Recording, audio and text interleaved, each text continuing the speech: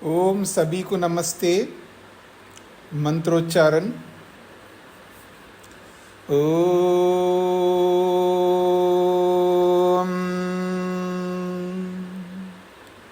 सहना ववतु सहनौ भुनक्तु सह वीर्यं करवावहै तेजस्विनावधीतमस्तु मा विद्विषावहै। ओम शांति शांति शांति।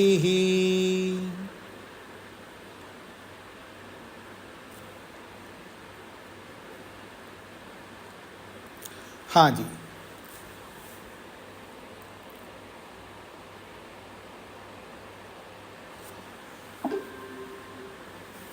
वैशेषिक दर्शन की कक्षा संख्या 70 है। नमस्ते नमस्ते। हाँ जी, छठे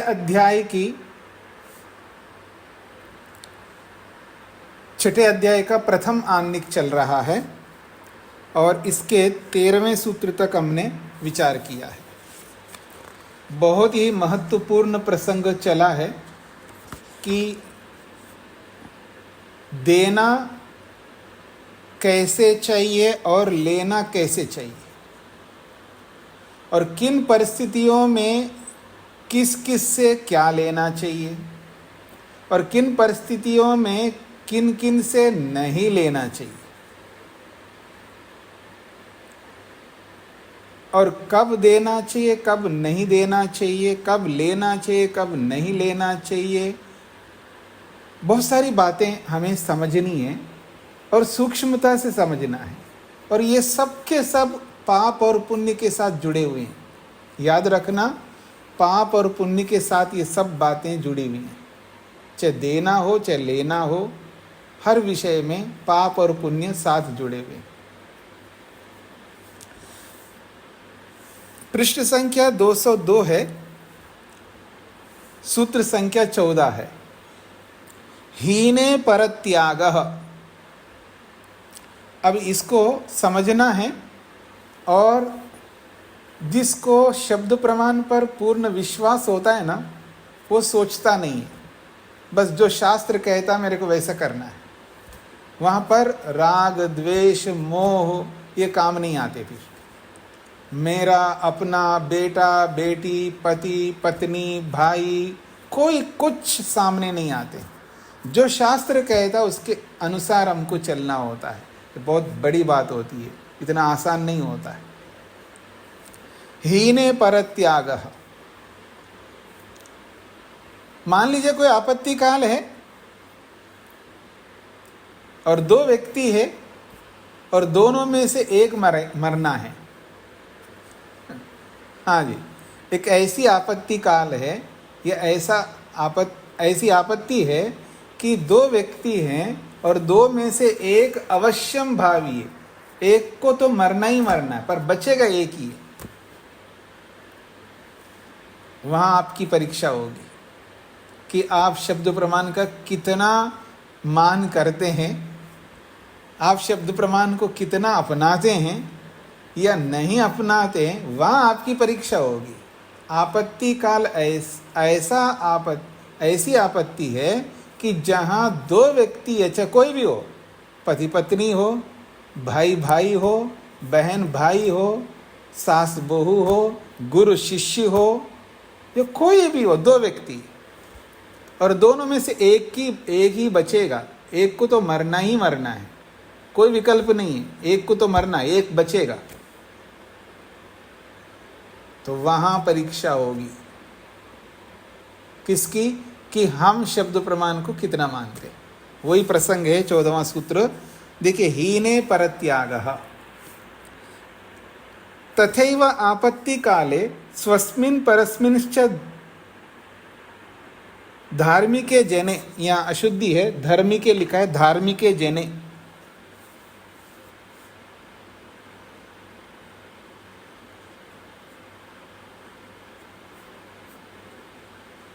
धार्मिके जने बुभुक्षिते प्राप्ते प्राण संशये च हीने परत्यागः।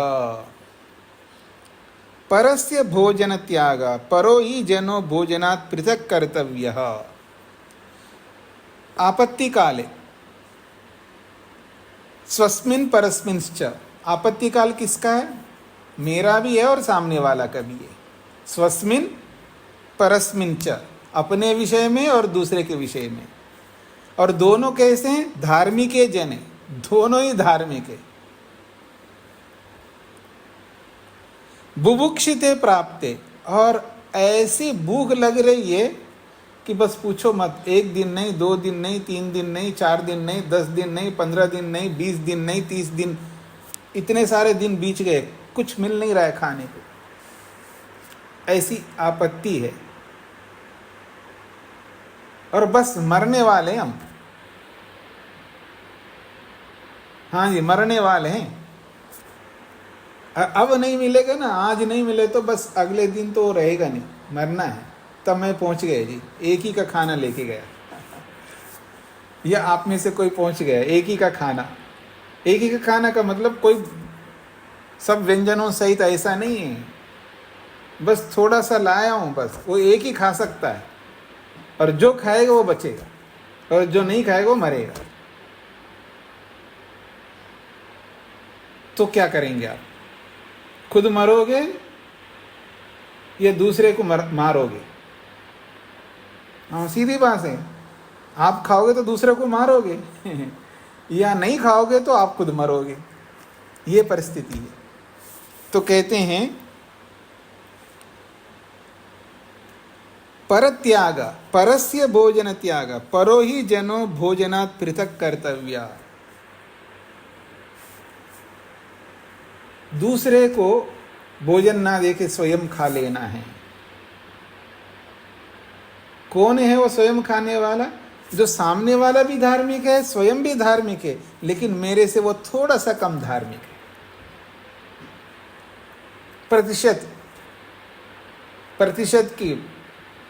प्रतिशत के हिसाब से, परसेंटेज के हिसाब से मैं 21 हूँ, वो 19 है। बस इतने अंतर है, थोड़ा ही अंतर है। वो 19 है, मैं 21 हूँ। तो जो 21 वाला भोजन खाए और 19 वाला चल बसे, ये कहना चाह रहे हैं।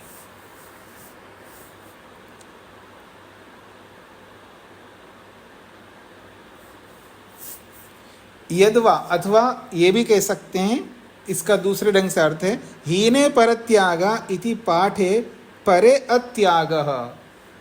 सूत्र में देखिए, सूत्र को आप देखेंगे तो समझ में आएगा आपको। सूत्र की ओर देखिए, सूत्र है हीने परत्यागा, ऐसा सूत्र है। लेकिन ये सूत्र को दूसरे ढंग से अगर प्रस्तुत करें, हीने परे और त्यागा, हीने परे और त्यागा, ऐसा सूत्र बना दे, हीने परे और त्यागा, तो वहां संधि हुआ होता है, संधि हुई होती है। परे के बीच में त्यागा है ना, तो अत्यागा, ऐसा वो संधि बनेगी। आप लिख लीजिएगा, वैसे नहीं पता लगेगा आपको। आप ऐसा लिख लीजिएगा, हीने लिखिएगा, फिर परे लिखिएगा, और परे के बाद में थोड़ा सा स्पेस दे करके फिर त्यागा लिख दीजिएगा। हीने परे और थोड़ा सा स्पेस दे करके त्यागा लिख दीजिएगा। लिख लिया आप लोगों ने? अब मेरी ओर देखिएगा। ये जो सूत्र अभी दिखाई दे रहा है, हीने परत्यागा, इसका अर्थ अलग है। अब मैंने जो लिखवा है ना, हीने और परे और त्यागा, तो परे के बीच में जो स्पेस इसलिए लगवाया क्योंकि संधि को देखने से तो परे त्यागा ऐसा दिखेगा, और संधि विच्छेद करेंगे तो क्या बनेगा? हीने परे अत्यागा, अकार आ जाएगा वहां पर, अत्यागा ऐसा आएगा। हीने परे और अत्यागा ऐसा बनेगा सूत्र।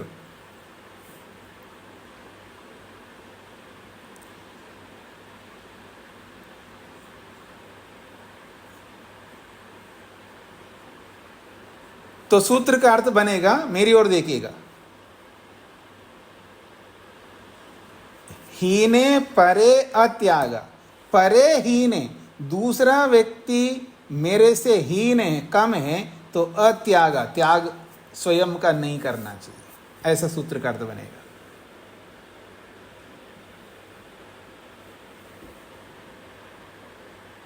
दोनों में क्या अंतर है जी?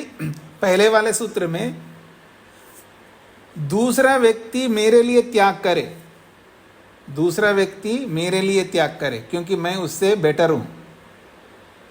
परत्याग मतलब है दूसरा हीन है तो परत्याग मतलब दूसरा व्यक्ति मेरे लिए त्याग करे। ये पहले वाला जो अभी वर्तमान में सूत्र है। अब जो मैं बता रहा हूं, हीने परे अत्याग मतलब यदि कोई दूसरा व्यक्ति हीन है तो अत्याग, मैं त्याग ना करूं, ऐसा अर्थ बताया जा रहा है। दोनों का अर्थ एक ही है, लेकिन मुख्यतः मेरे हाथ में है कि मैं त्याग उसके लिए ना करूं, और पहले वाला अर्थ में वो मेरे लिए त्याग करे, वो मुख्यता बनी। आपको समझ में, जिनको समझ में नहीं वो पूछ सकते हैं। दोनों का अर्थ एक ही है, लेकिन बताने का ढंग अलग है। मैं आपके लिए त्याग नहीं करूं, ये दूसरे अर्थ में है, और पहले अर्थ है आप मेरे लिए त्याग करेंगे। बताना केवल अंतर है, बताने की प्रस्तुति में अंतर है, लेकिन दोनों का एक ही अर्थ है। तो अब यहां आ जाइए, यदवा हीने परे त्यागा इति पाठे, यदि सूत्र को हीने परे त्यागा ऐसा अर्थ बना दे, यानी ऐसा सूत्र बनाएं, तो इस पाठ में परे अत्यागा, बीच में अवग्रह चिन्ह दिया, देखिएगा, परे और बीच में अवग्रह एस जैसा चिन्ह लगाया, इसका अर्थ होता है अत्याग। तो तन्निमित्तम स्वभोजनस्य त्यागो न कर्तव्य, सामने वाले के लिए अपना भोजन त्याग नहीं करना चाहिए। जो बेटर व्यक्ति है, श्रेष्ठ व्यक्ति है, वो सामने वाले के लिए भोजन त्याग ना करे, ये इसका तात्पर्य है। हाँ जी, शेखर जी।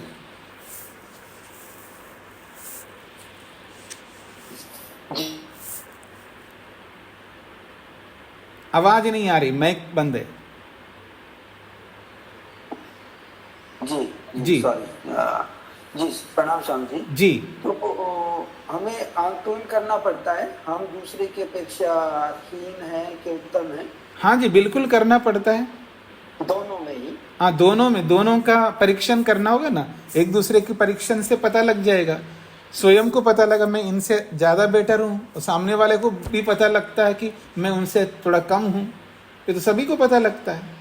जो पहले आपने बताया जो ओरिजिनल सूत्र है जी, दूसरा व्यक्ति मेरे लिए त्याग करे जी, तो हमने कंपैरिजन किया ही नहीं। नहीं, यहाँ कंपैरिजन उस तरह का कंपैरिजन तो एक होता है, आगे पहल करके आप बोल रहे हो जी मैं नहीं खाता हूँ, आप खाइए, आप आगे होकर के पहल कर रहे हो, एक तो ये है।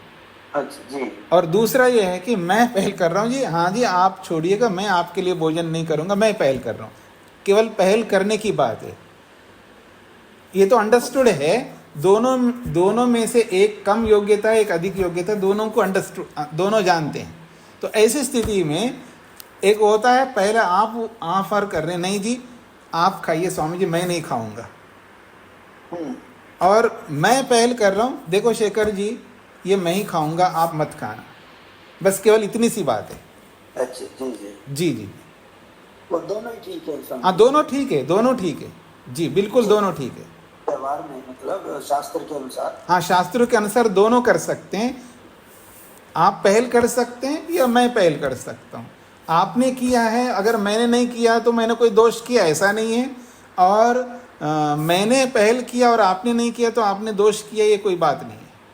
और दूसरा ना माने तो समझिए, फिर तो वो तो अधार्मिक हो जाएगा ना, क्योंकि धार्मिक का मतलब है धर्म को मानने वाला, धर्म को मानने का मतलब है शास्त्र को भी मानने वाला, विधान को मानने वाला, वो मना नहीं कर सकता। अगर मना करने वाला है तो फिर तो धार्मिक ही नहीं है। मतलब एक उन दोनों ने अपने उस निस्वार्थ भाव से निश्चय कर लिया कि कौन उत्तम है कौन नहीं है। हाँ जी, हाँ जी, हाँ जी। जी और निस्वार्थ भाव ना भी हो ना तो भी व्यक्ति को पता लगता है।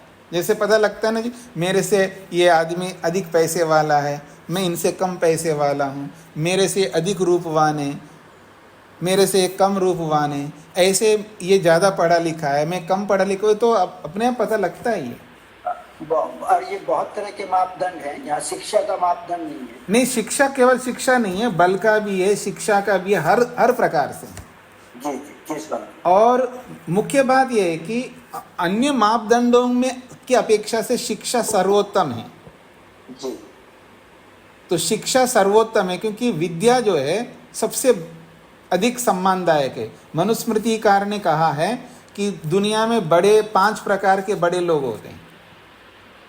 वित्तम बंधु वयः कर्म विद्या भवति पंचमी एतानि मान्यस्थानानि यद यद गर्यो तदुत्तरम।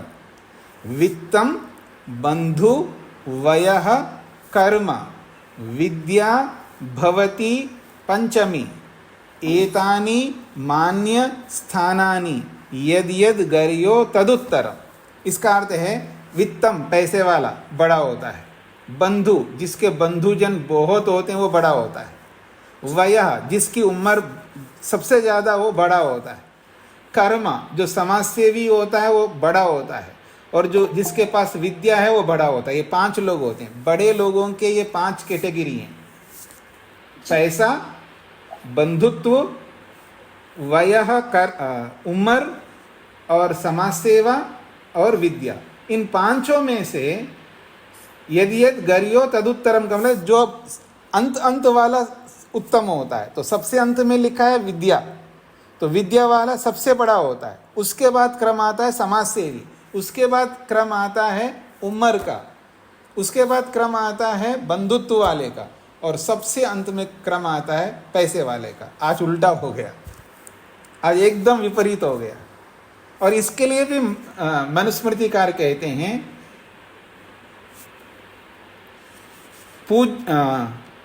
अपूज्यानाम यत्र पूज्यन्ते पूज्यानाम अवमानना त्रीणि तत्र प्रवर्धन्ते दुर्भिक्षम मरणम भयम। जहाँ जिनकी पूजा करनी चाहिए, जिनको जितना सम्मान देना चाहिए उनको नहीं दिया जाता है, और जिनको उतना सम्मान नहीं देना चाहिए उनको दिया जाता है। त्रीणि तत्र प्रवर्धन्ते, 3 चीजें वहां बढ़ती है। दुर्भिक्षम मरणम भयम। दुर्भिक्षम का मतलब है अकाल, अर्थात जिसके पास बहुतायत है और बहुत सारे लोगों के पास खाने को नहीं। आज पूरे संसार में मैं आपको बता दूं, अभी लेटेस्ट कुछ दिन पहले की बात है, एक आंकड़ा आया है। और मैं आप लोगों को कई बार सोचा बोलने का, लेकिन ऐसे बोलने से आपको अच्छा नहीं लगता, कभी कोई ऐसा प्रसंग आए तभी बोलूं, तो आज प्रसंग आए तो बोल रहा हूं मैं। वो आंकड़ा एकदम आंखें खोलने वाला है। दुनिया में, पूरी दुनिया में साधन संपन्नता, पैसा, जो कुछ भी आप कह सकते, ऐश्वर्य, पूरी दुनिया में साधन संपन्नता, ऐश्वर्य 5 देशों के पास में।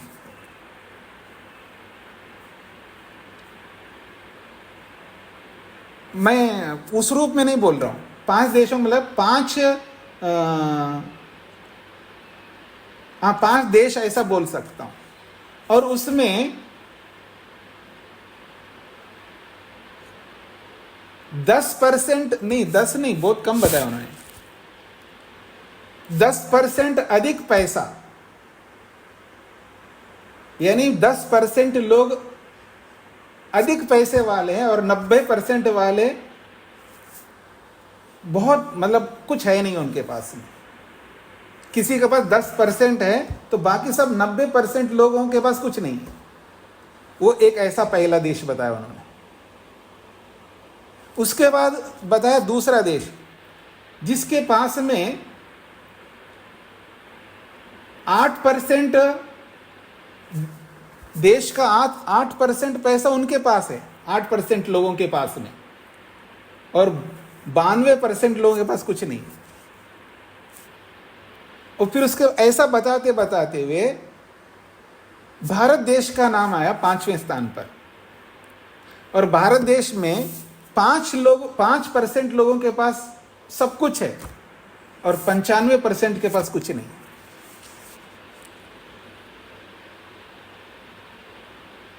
मेरी बात समझ रहे हैं आप लोग? और पूरा आंकड़ा मैं भूल गया हूं, मेरे को चाहिए ये था कि उसको थोड़ा सा नोट करके रखूं। तो उसको पढ़ने से मेरे को पता लगा ये परिग्रह की पराकाष्ठा, परिग्रह के संदर्भ में ये बात आई है कि भारत में 5% ऐसे लोग हैं आकंठ भरे हुए हैं परिग्रह से, और 95% लोग जो है दुर्भिक्षम में है, जिनके पास साधन नहीं है, न पैसा है, न कपड़ा है, न मकान है, न भोजन है, कुछ नहीं है। 95% लोग ऐसे हैं भारत में जिनके पास साधन नहीं है, और 5% ऐसे हैं भारतवर्ष में जिनके पास सब कुछ है। ये परिग्रह की पराकाष्ठा है।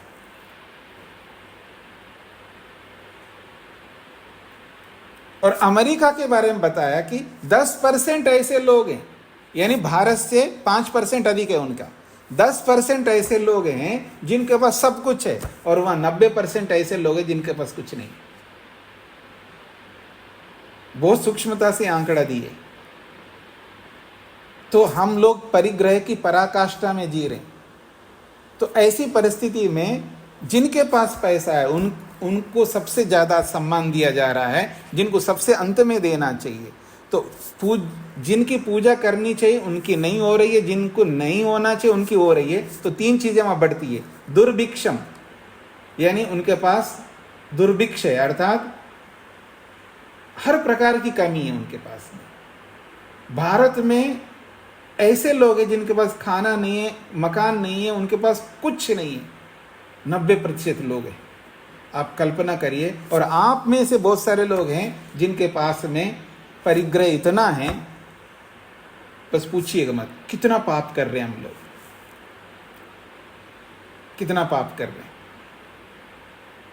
तो इस बात को हमें समझ करके त्याग करना सीखिएगा, देना सीखिएगा।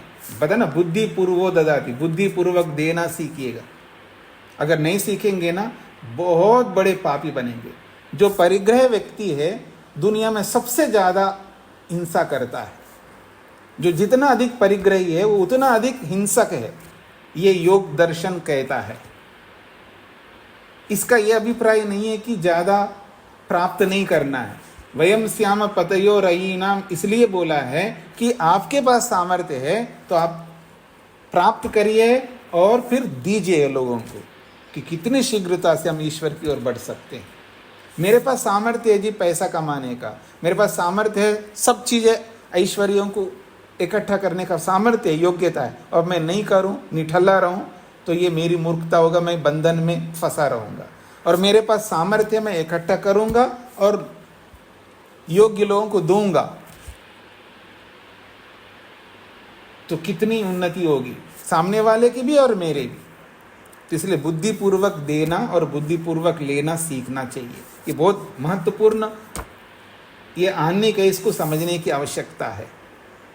हाँ जी, शकुंतला जी। हाँ, नमस्ते स्वामी जी। जी पूरा सूत्र फिर से समझाएंगे क्या? हाँ जी। हीन एक और ये पूछना था मुझे जी, ये जो परस्मिंश्च है तो इसमें भी संधि के कारण से ही स आया है। हाँ जी, हाँ जी जी। परस्मिन और ये शकार और ये सब बहुत सारी संधियां लगी हुई इसमें, एक नहीं 2-3 संधियां हैं यहाँ पर। और ये व्याकरण को समझने वाले समझ सकते हैं, सामान्य संधियों को समझने वाले नहीं समझ पाएंगे। तो इसलिए इसको छोड़ दीजिएगा, ये संधि है यहाँ पर। परस्मिन च ऐसा है तो नकार को अनुस्वार हो जाता है, फिर शकार भी होता है, और चकार तो पहले है ही, चकार तो पहले से, परस्मिन और च ये है, तो उस नकार को बिंदी बन जाती है, फिर शकार भी आ जाता है, तो कई संधियां लगी है इसमें जी। और कुछ पूछना है आपको?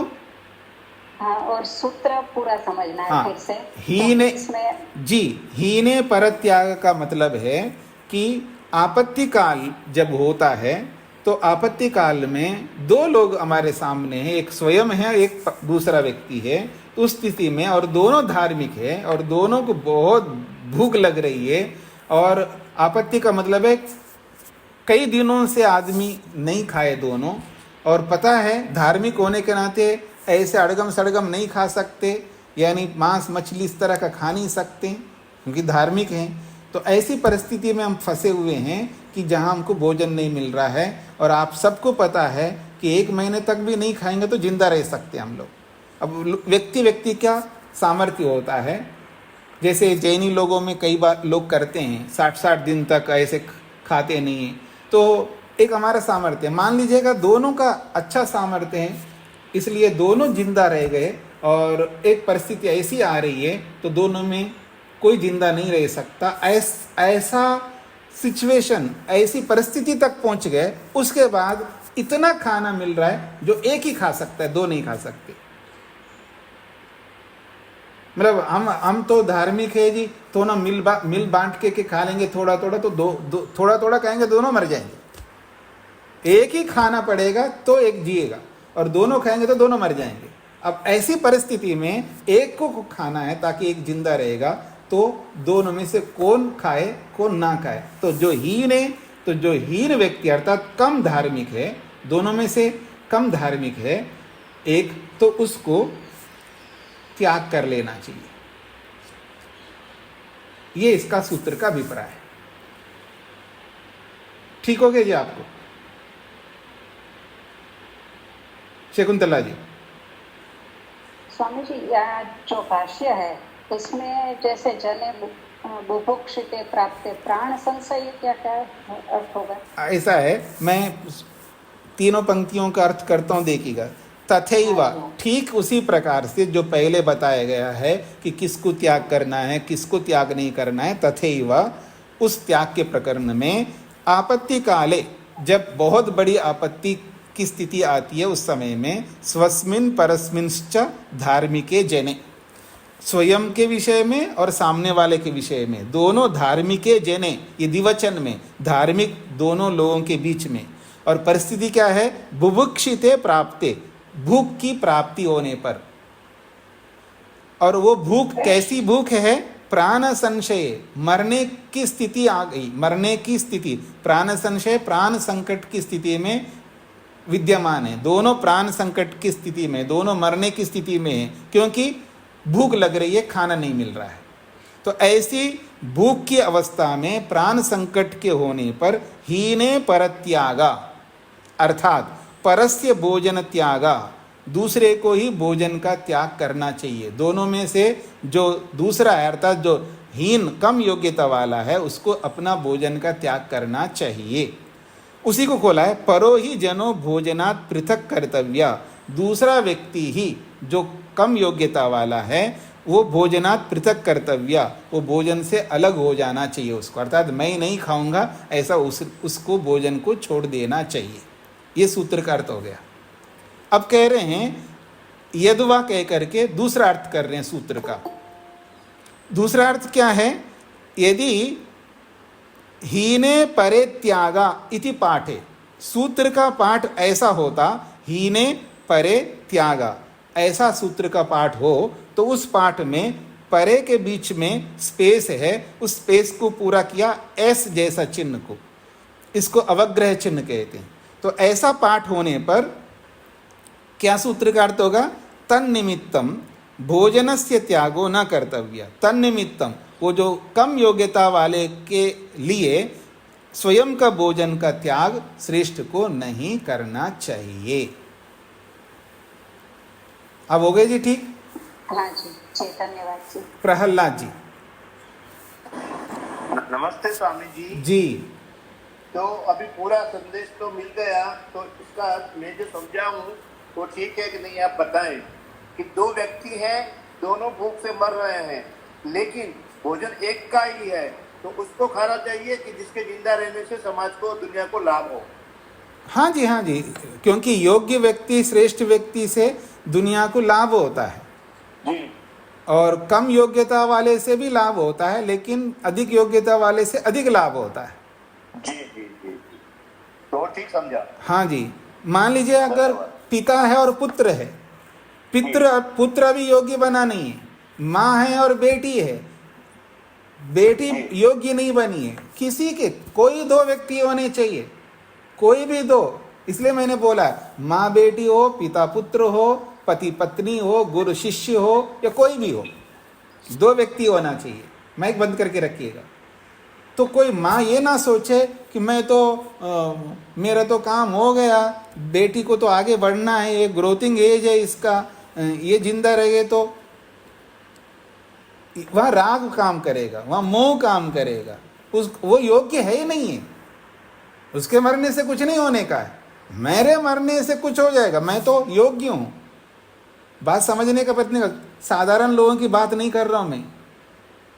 आप ये सोचेंगे देखो बेटी को मरवा रहा है बाबा जी, ये मत सोचना। मैं साधारण औरत की, साधारण बेटी की बात नहीं कर रहा हूँ, योग्य स्त्री की बात कर रहा हूँ, योग्य पिता की बात कर रहा हूँ, योग्य गुरु की बात कर रहा हूँ, योग्य भाई की बात कर रहा हूँ, योग्य बहू की बात कर रहा हूँ, या योग्य सास की बात कर रहा हूँ, जिनसे समाज का उपकार होता है।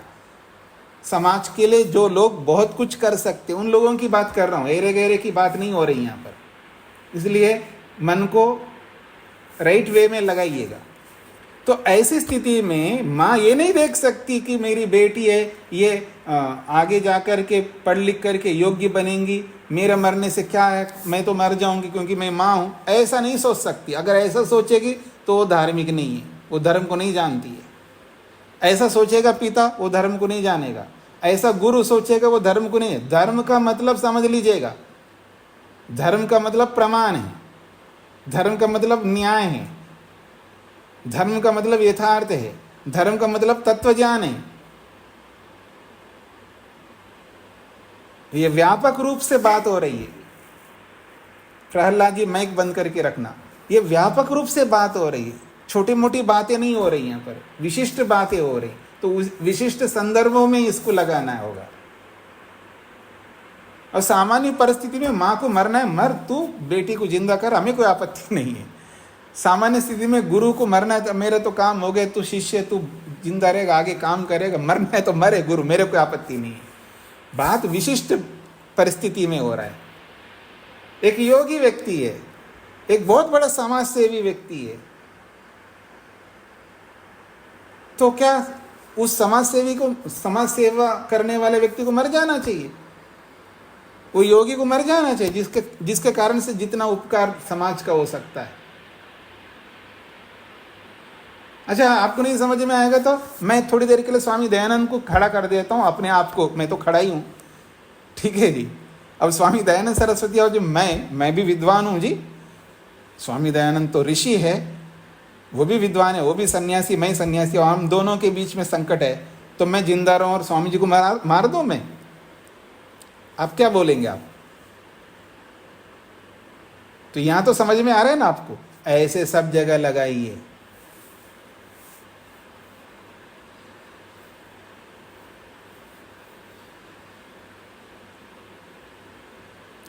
जिसकी योग्यता अधिक है का मतलब है उसकी योग्यता का समाज के ऊपर बहुत काम आएगा, समाज बनता है जिसकी योग्यता से। ऐसे लोगों की बात हो रही है, हर किसी की बात नहीं हो रही यहाँ पर।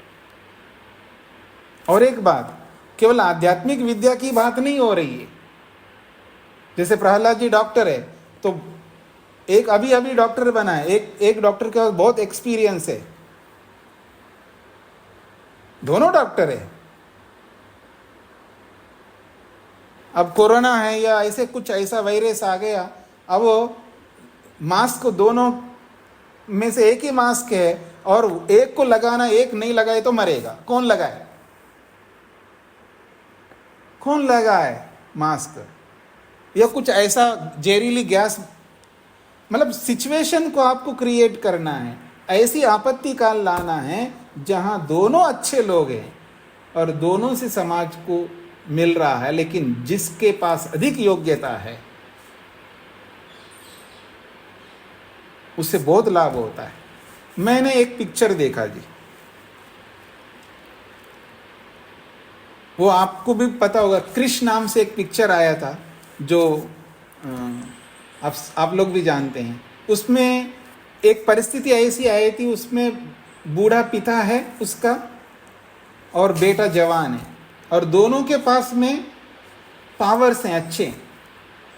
तो बेटा कहता पापा मैं मर जाऊं तो कोई बात नहीं, तुमको जिंदा रहना जरूरी है, क्योंकि आपके का, क्योंकि पिता जो है साइंटिस्ट है, पिता जो है साइंटिस्ट है और बेटा जवान है और उसके पास सुपर पावर है, वो उड़ता है, पता नहीं क्या क्या करता है, जो भी है।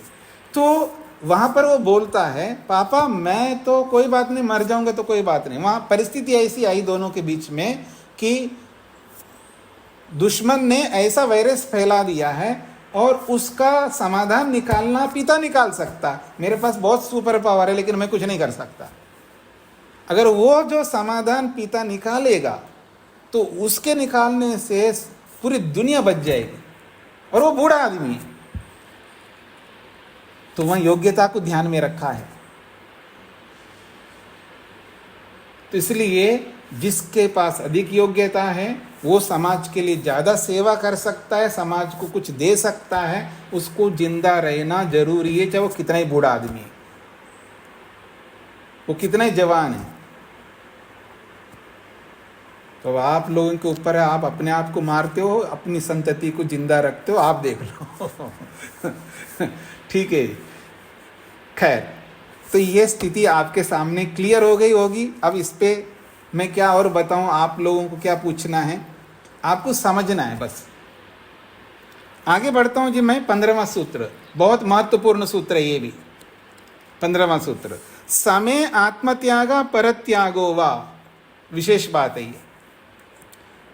15वां सूत्र है समे आत्मत्यागा परत्यागो वा। समे दोनों की योग्यता बराबर है, योग्यता दोनों की बराबर है। तो समय का मतलब है दोनों समान योग्यता वाले हैं। तो वहां बोला जा रहा है आत्मत्यागा परत्यागो वा, वहां कोई फर्क नहीं पड़ता है मैंने शरीर छोड़ा या सामने वाले ने छोड़ा, कोई फर्क नहीं पड़ता है। फिर मैं वहां आग्रह, इधर मेरी ओर देखिए सब लोग, नहीं नहीं नहीं नहीं मैं नहीं खाऊंगा, आप ही खा लो। अगर ऐसा मैं बोलूंगा तो मेरी मूर्खता होगी, मेरी योग्यता उसकी सामने वाले की अपेक्षा कम माना जाएगा। मैं ये फॉर्मेलिटीज नहीं करूंगा। अगर सामने वाला अच्छा मैं खाऊंगा, ठीक है आप खाइएगा, मैं वो बोलो नहीं आप नहीं मैं खाऊंगा, वहां कोई झगड़ा नहीं होगा, वहां कुछ नहीं होगा, दोनों समान योग्यता वाले। अब दोनों में से जो कहेगा, जो पहल करेगा, अच्छा आप खा लो जी कोई बात नहीं, तो मैं वो चुपचाप खाएगा, वो ये नहीं देखेगा नहीं आप खाओ जी मैं चला जाऊं कोई बात नहीं, कुछ नहीं बोलेगा, क्योंकि दोनों समान योग्यता वाले हैं। और दोनों ही समान योग्यता का मतलब है दोनों बराबर उपकार करने वाले हैं। तो उसमें कोई फर्क नहीं पड़ता जो भी मर जाए, और दोनों को फल समान मिलेगा, ये याद रखना, दोनों को समान फल मिलेगा। मरने वाले को भी उतना ही फल मिलेगा और जिंदा रहने वाले को भी उतना ही फल मिलेगा। इसलिए वहां कोई फर्क नहीं पड़ता है। इसलिए कहा समय, जब दोनों की योग्यता समान है तो आत्मत्याग या तो स्वयं अपने आप को त्याग कर दो या परत्याग या दूसरा करे, इसमें कोई आपत्ति नहीं, इसका तात्पर्य। आगे बढ़ रहा हूं जी मैं। स्वसमान गुणयुक्ते धार्मिके जने प्राप्ते, स्वसमान गुणयुक्ते धार्मिके जने प्राप्ते, अपने जैसे समान गुण वाले धार्मिक जन के उपस्थित हो जाने पर, प्राण संशये बुभुक्षिते, और दोनों के बीच में समस्या क्या है, प्राण संकट है, और बुभुक्षिते दोनों भूखे हैं। तो ऐसी परिस्थिति में स्वभोजनस्य त्यागा कर्तव्यः, आप स्वयं अपना भोजन का त्याग कर दो। यद्वा परस्य भोजन त्याग कार्य, या सामने वाला भोजन का त्याग कर दे, या तो मैं कर दूं वो या वो करे, दोनों में कोई एक करे। न वैशिष्ट्यम अस्ति पुण्य फल प्राप्तो, पुण्य फल की प्राप्ति में कोई विशेषता नहीं। जिसने प्राण छोड़ दिया इसका मतलब उसके लिए प्राण छोड़ा है इसलिए उसको ज़्यादा पुण्य मिलेगा, ऐसा नहीं। प्राण छोड़ने वाले को भी उतना ही पुण्य मिलेगा और प्राण को जीने वाले को भी उतना ही पुण्य मिलेगा, ये बात कही जा रही है। इसलिए कहा समय आत्मत्याग परत्याग होगा। ये बहुत बड़ी बात कही है। जिगर होना चाहिए। केवल पढ़ाई लिखाई किया और केवल शास्त्र पढ़ लिया और केवल इन्फॉर्मेशन है, इससे काम नहीं चलेगा। उसको जीना चाहिए, उस विद्या को जीवन में जीना चाहिए, तब ये काम कर सकता व्यक्ति। हाँ जी, सुदेशनाथ जी को क्या कहना है? स्वामी जी नमस्ते जी। स्वामी जी, अभी जो ये सूत्र में बताया गया कि दोनों की योग्यता समान है जी और एक को मर जाना चाहिए, एक जिंदा रहना चाहिए जी। अगर कोई उम्र में छोटा बड़ा होगा, जो जिसका उम्र कम है वो ज्यादा समाज का काम कर पाएगा और जिसका उम्र ज्यादा है वो जल्दी मर जाएगा। तो उस परिस्थिति में हम क्या चुनेंगे? देखिएगा, आपको ये समझना है, दोनों की समान योग्यता यदि है तो उम्र कारण नहीं बनता है, वो काम कारण बनता है, कार्य कारण बनता है। उम्र आगे पीछे है, एक की उम्र कम है और एक की उम्र ज़्यादा है, तो ज़्यादा उम्र वाला मर जाए और कम उम्र वाला ज़्यादा काम कर सकता, इसका मतलब है जो मरने वाले की अपेक्षा योग्यता इसकी ज़्यादा, ये माना जाएगा। ऐसा नहीं है। उम्र कोई कारण नहीं बनता है, कारण बनता है कार्य। योग्यता जो है वो, मान लीजिएगा मैं एक काम को एक दिन में कर सकता हूँ, सामने वाला व्यक्ति 2 दिन में भी नहीं कर सकता, महीने में भी नहीं कर सकता, साल में भी नहीं कर सकता, 10 साल में भी नहीं कर सकता। तो अब आप उम्र सामने वाले के पास कितना ही हो, क्या फर्क पड़ता है? फर्क पड़ता है योग्यता का। योग्यता जब समान है तो उम्र कोई कारण नहीं है। और दूसरी बात आपको ये भी समझना है कि अगर जिसकी उम्र ज़्यादा है वो पहले मरे और जिसकी उम्र कम है वो बाद में मरे, ये तभी सोच आ सकता है जिसके पास में समझ कम हो।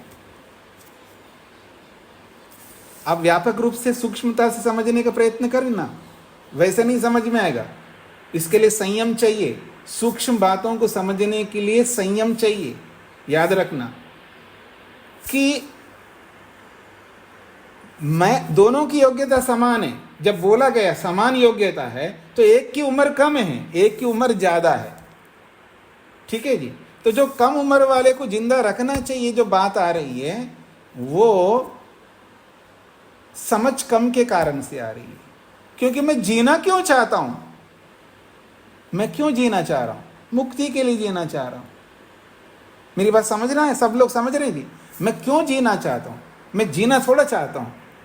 और मेरे को ऐसा अवसर मिल गया मरने का, ठीक है जी, तो मर जाऊंगा ना, तो मैं मुक्ति के निकट जाऊंगा। इसलिए वह उम्र कारण नहीं बनता है। पता नहीं सुदेशनाथ जी को समझ में आया या नहीं आया? नहीं स्वामी जी, समझ में तो आ रहा है।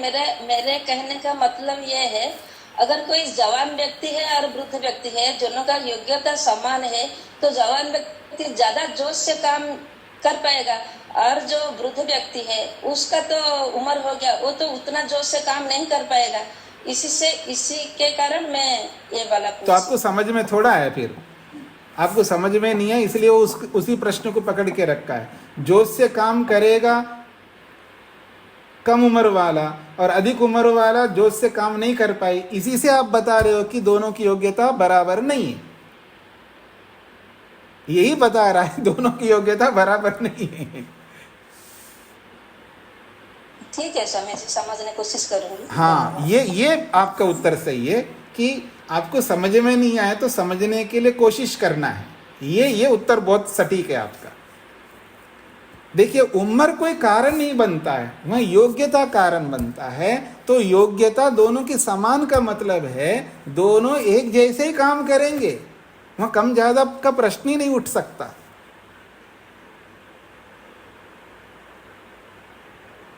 ये हम सबको समझना है। इसलिए शास्त्र की सूक्ष्म बातों को, ये तो इतनी सूक्ष्म नहीं है, इससे भी बहुत सूक्ष्म से सूक्ष्म बातें आती हैं। शास्त्र की सूक्ष्म बातों को समझने के लिए संयम का होना बहुत जरूरी है, जीवन का अच्छा होना जरूरी है। अगर किसी का वैयक्तिक जीवन, इंटरनली आंतरिक जीवन अच्छा नहीं होता है ना, वो सूक्ष्म बातों को नहीं समझ पाएगा। मैं केवल सुदेशना जी के लिए नहीं बोल रहा हूं, कभी वो सोचे कि मेरे को समझ में नहीं आ रहे तो मेरे में संयम नहीं, ऐसा मत सोचना। मैं एक व्यापक रूप से बता रहा हूं, सबके लिए बता रहा हूं। सुदेशना जी तो केवल बोल करके फंस गई है, जो लोग नहीं बोल रहे हैं वो भी फंसे हुए हैं, जो नहीं समझ पा रहे होंगे उनकी बात कर रहा हूं। तो इसलिए आपको दिल पर नहीं लगाना, लगाएं तो फिर आप क्या पढ़ रहे हो, लगाना बिल्कुल नहीं है। मेरा कहने का अभिप्राय है, ये तो सूक्ष्म बातें ये भी एक है, लेकिन इनसे भी बहुत सूक्ष्म बातें हैं, लोगों को समझ में नहीं आता है। अगर समझ में आता तो घरों में थोड़ा बैठा रहता आदमी, अगर समझ में आता वो घर में नहीं बैठ सकता। शब्द प्रमाणम वयम, शब्द प्रमाण का वयम, यह शब्द आह तदस्माकम प्रमाणम। पतंजलि ऋषि कहते हैं हम शब्द प्रमाण को मानने वाले हैं, जो शब्द प्रमाण कहता वैसा ही करूंगा मैं, शब्द प्रमाण से इधर उधर नहीं जा सकता, ये पतंजलि ऋषि कहते हैं। और हम सब जानते पढ़ते हैं और बोलते हैं कि हम जानते हैं जी, समझते हैं जी, आई नो, पर करना नहीं है हमको। इसका मतलब हम समझते नहीं है। समझने के लिए जिगर चाहिए, सूक्ष्मता यानी संयम चाहिए, यम नियम का पालन चाहिए, शौच संतोष आदि का पालन चाहिए। उनके बिना दुनिया में कोई नहीं समझ सकता। आपको योग दर्शन में बता चुका हूं ये बातें, ब्रह्मचर्य के प्रसंग में बोला गया, वहां पर वहां ये बोला गया, जो व्यक्ति ब्रह्मचर्य का पालन नहीं करता, जो व्यक्ति संयम नहीं रहता, वो गुरु कभी भी विद्यार्थी को विद्या सिखा नहीं सकता, ब्रह्म विद्या वो सिखा नहीं सकता, और वो विद्यार्थी भी उस ब्रह्म विद्या को ग्रहण नहीं कर सकता, क्योंकि उसके जीवन में संयम नहीं है। पढ़ाने वाले के लिए भी कहा है और पढ़ने वाले के लिए भी कहा है, क्योंकि सूक्ष्म विद्या को ग्रहण करने का सामर्थ्य उसी व्यक्ति में आता है जो व्यक्ति अपने जीवन को संयम जितना ज़्यादा करता है उतना अधिक ग्रहण कर सकता है विद्या को। विद्या ग्रहण करने का सामर्थ्य लाना चाहते हैं हम सब, तो हमें ईश्वरीय आज्ञाओं का पालन करना अधिक से अधिक, और विशेषकर शौच आदि संतोष आदि का पालन करना बेहद जरूरी है। नहीं तो हम शास्त्र की बातों को नहीं समझ पाएंगे। और ऊपर से तसल्ली देने के लिए, नहीं जी मैं समझता हूँ जी, नहीं जी मैं समझ गया हूँ जी, नहीं जी, जब हम आपस में लोक भाषा में बोलते हैं जी हाँ जी समझ में आ रहा है, हाँ जी बिल्कुल समझ में, आप जो कह रहे समझ में, आदमी यही बोलते रहते हैं मेरे को समझ में आ गया आ गया आ गया, लेकिन आता नहीं उस व्यक्ति को, और वो वहीं का वहीं धरा रह जाता है, वो जीवन में आगे नहीं बढ़ सकता, अर्थात ईश्वर की ओर नहीं बढ़ पाता है, ईश्वर के निकट नहीं जा पाता है व्यक्ति। तो ईश्वर के निकट जाने के लिए, मुक्ति को पाने के लिए, समाधि लगाने के लिए, वैराग्य को पाने के लिए हमें यम नियम आदि का पालन सूक्ष्मता से जो जितना करता है वो उतना अधिक संयमी बनता जाएगा, और उसको ये विद्या उतनी शीघ्रता से समझ में आती है। नहीं तो बहुत कठिन है, समझ में नहीं आता आदमी। किसको मोह समझ में आया जी, किसको क्रोध समझ में आया है, किसको काम समझ में आया है जी, किसको त्याग समझ में आया है, किसको देना समझ में आया है, किसको लेना समझ में आया है। बहुत कठिन होता है। कितने माँ बाप होते, नहीं मैं बच्चों से नहीं मांग सकता। क्यों नहीं मांग सकता आप? जब आपके पास है ही नहीं है तो बच्चों से मांगने में, नहीं मैं तो, हम तो नहीं मांगते, हम जैसे भी उसी में गुजारा कर लेंगे, लेकिन बच्चों से हम नहीं मांगेंगे।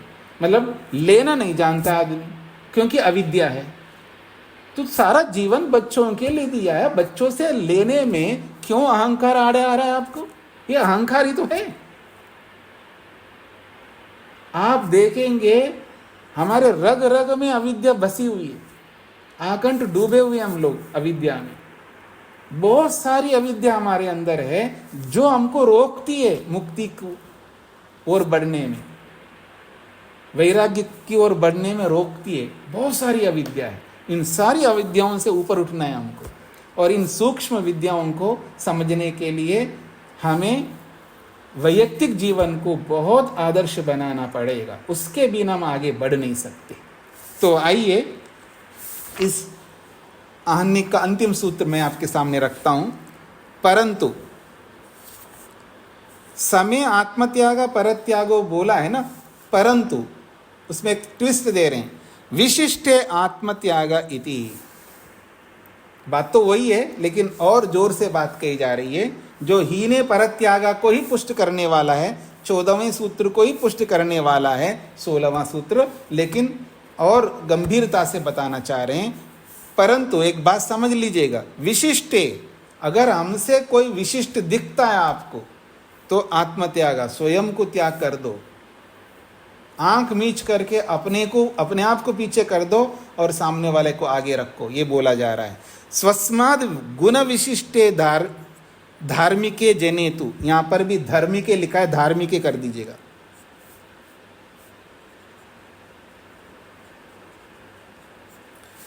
स्वस्माद गुण विशिष्टे धार्मिके जनेतु, अपने से विशिष्ट धार्मिक जन जब आपके सामने आता है, विद्या से, बल से, हर किसी से धार्मिक है,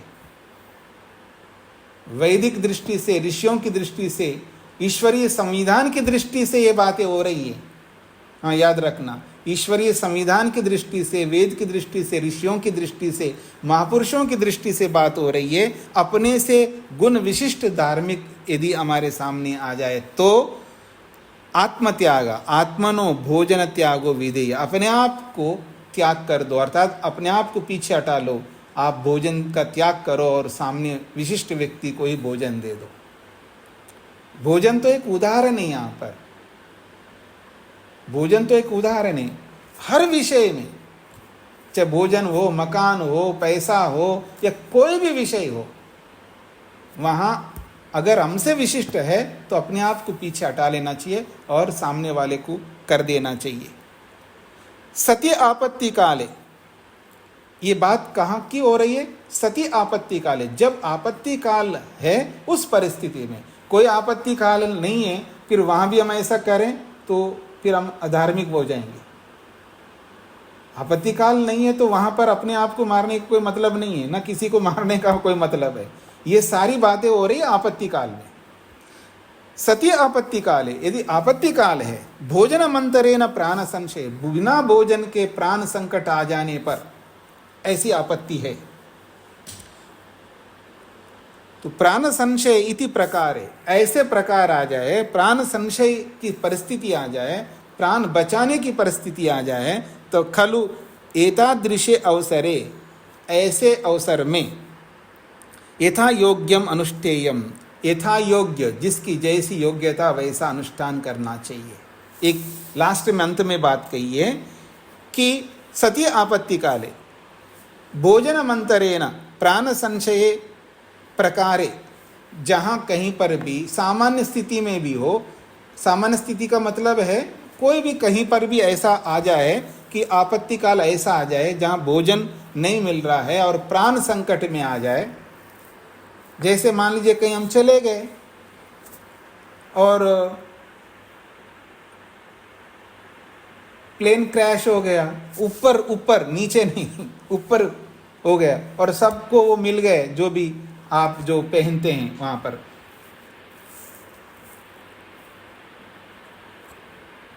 पैराशूट या जो भी वहाँ पर होता है जिसको हम पहन करके कूद सकते हैं, जैसा भी पानी में कूद सकते हैं। ऐसी परिस्थिति में कहीं फंस गया और आप में से 2 बच गए वहाँ पर, राहगीर है,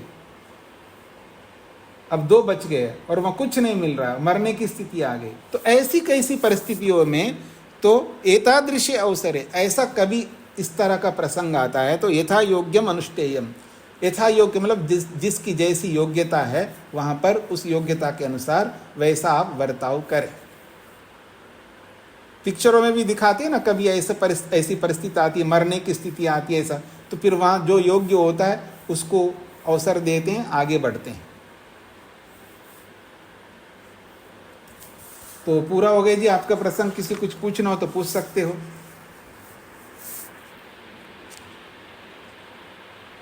परेशान नहीं होना कभी है कि क्या भी ऐसा क्या हो जाएगा मेरे जीवन में, कभी ऐसा आएगा तो क्या करूं, कुछ नहीं सोचना है, ईश्वर पर छोड़ देना। जो भी आपसे बेहतर लगता है उसके लिए अपने आप को पीछे कर लो, उसमें कोई फर्क नहीं पड़ता है। उस स्थिति में आपको जो बचे रहेगा वो आगे बढ़ेगा, अगर नहीं बढ़ेगा तो उसको भगवान दंड देगा। और आपने प्राण त्यागा है तो आपको तो अच्छा ही जन्म मिलेगा ना, इससे बेहतर मिलेगा ना, इससे अच्छे माता पिता मिलेंगे ना, इससे अधिक पैसे वाले मिलेंगे ना, इससे अधिक अच्छा परिवेश मिलेगा ना। क्यों चिंता करते हैं? भगवान पर विश्वास तो रखना चाहिए ना व्यक्ति को, भगवान पर विश्वास रखना चाहिए, क्योंकि जन्म देना भगवान का काम है, आप पुण्य करके जा रहे हैं। इसलिए सत्य के लिए मरना बहुत सुअवसर है। झूठ बोल करके जिंदा रहना अत्यंत हानिकारक है। सत्य बोल करके मरो, और सत्य के लिए मर भी जाएंगे ना तो फल तो बहुत अच्छा मिलेगा, और झूठ के लिए मृत्यु से बच जाएंगे ना, भयंकर हानि होगी। तो ऐसी बहुत सारी परिस्थितियां आती हैं। प्रेम कुमार जी को क्या पूछना है? स्वामी जी नमस्ते जी। स्वामी जी, भोजन के अतिरिक्त आपत्ति काल में कोई एक आध कोई एग्जाम्पल देंगे तो जरा दिमाग में बात कैसे। इतना ही पानी है जी, और पानी में आप चले जाएंगे तो आप बच जाएंगे, और बाहर रहने वाला मर जाएंगे। इतना पानी में आप ही केवल उस पानी के अंदर प्रवेश कर सकते कुछ समय के लिए, कुछ सेकंड्स के लिए, आधा मिनट के लिए, और बाहर रहेगा तो मारा जाएगा।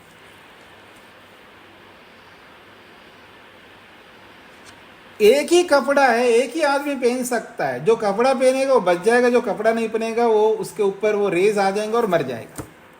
दुनिया भर के उदाहरण बनेंगे जी, आपको बनाना है। सुधा जी। ओम स्वामी जी। जी। स्वामी, यथा योग्य अनुष्ठान करना चाहिए का मतलब ये, जैसे हम दो जने समान स्तर के हैं तो एक व्यक्ति के लिए अगर एक व्यक्ति प्राण त्याग देता है तो जैसे वो ठीक है ना, किसी के लिए प्राण त्याग। हाँ, तो वो तो आप बता ही दिया ना यहाँ पर कि अगर दोनों समान योग्यता का है तो जो प्राण त्याग करेगा उसको भी वही फल मिलेगा, और जो जिंदा है उसको भी वही फल मिलेगा। ये तो बता ही चुके हैं जी। जी स्वामी, धन्यवाद। जी जी। तो फिर मैं आज इतना ही रखता हूँ जी। ओम शांति शांति शांति।